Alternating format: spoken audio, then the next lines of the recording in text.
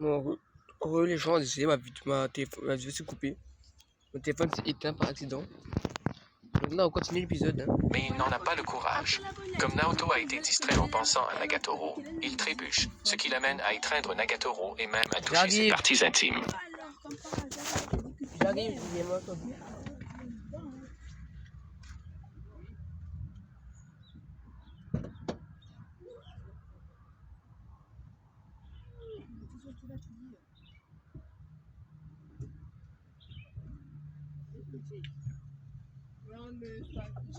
Tu l'aimais pas, hein. Ok.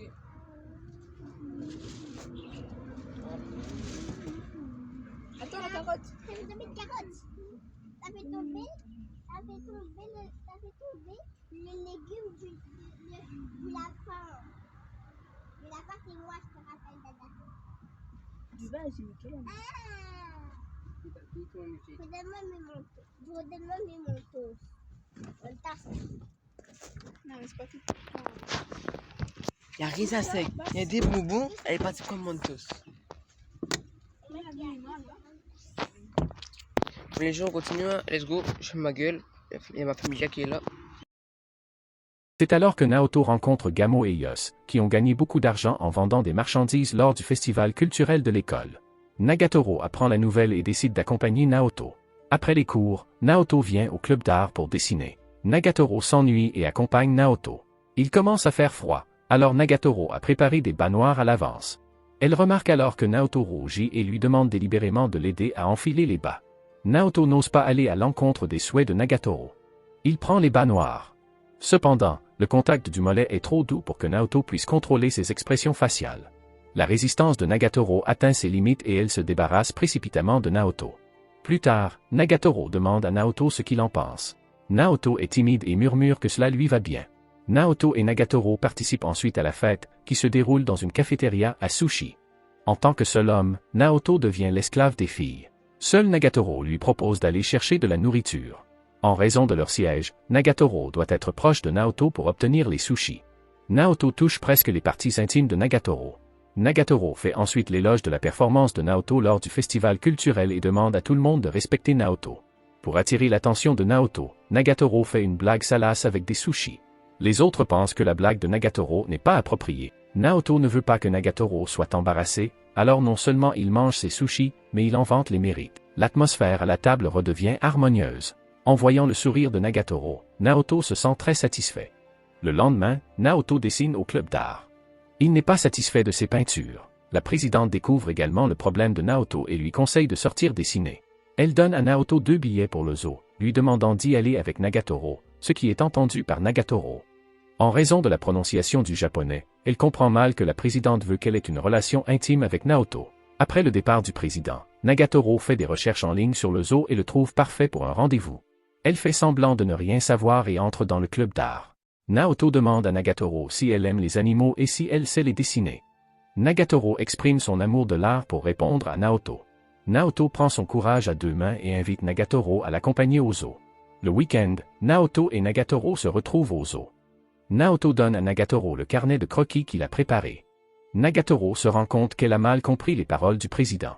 En entrant dans le zoo, Nagatoro est immédiatement attiré par une variété de mignonnes bestioles, tandis que Naoto est plongé dans le dessin. Nagatoro est prêt à faire des croquis avec Naoto, mais il doit lui apprendre à bien dessiner.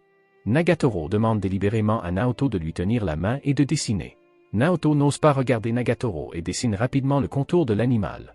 Après avoir dessiné pendant la matinée, Nagatoro et Naoto se rendent au restaurant pour déjeuner.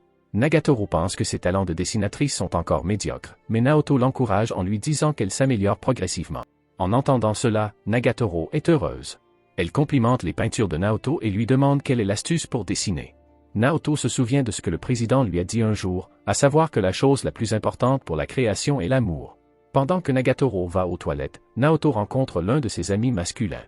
À l'improviste, le garçon rit de la peinture de Nagatoro, ce qui met Naoto très en colère. Alors qu'ils sont sur le point de s'affronter, Nagatoro revient. Sa force aura fait fuir le garçon du restaurant. Naoto a honte et pense qu'il aurait dû être plus fort, mais il ne sait pas que Nagatoro l'a entendu prendre sa défense. Avant de quitter le zoo, Naoto propose de dessiner l'animal préféré de Nagatoro. Nagatoro emmène alors Naoto dans la zone des paresseux. Elle se place derrière Naoto et dessine son portrait. Après avoir dessiné, Naoto trouve l'inspiration. Nagatoro fait souvent la sieste dans le club d'art. Cette fois-ci, elle laisse tomber son téléphone sur le canapé. Naoto le découvre et prévoit de le lui rendre. Lorsque Naoto essaie de retrouver Nagatoro dans Senior One, il se rend compte qu'il sait très peu de choses sur Nagatoro. À part son nom de famille Nagatoro, il ne connaît ni son prénom ni sa classe.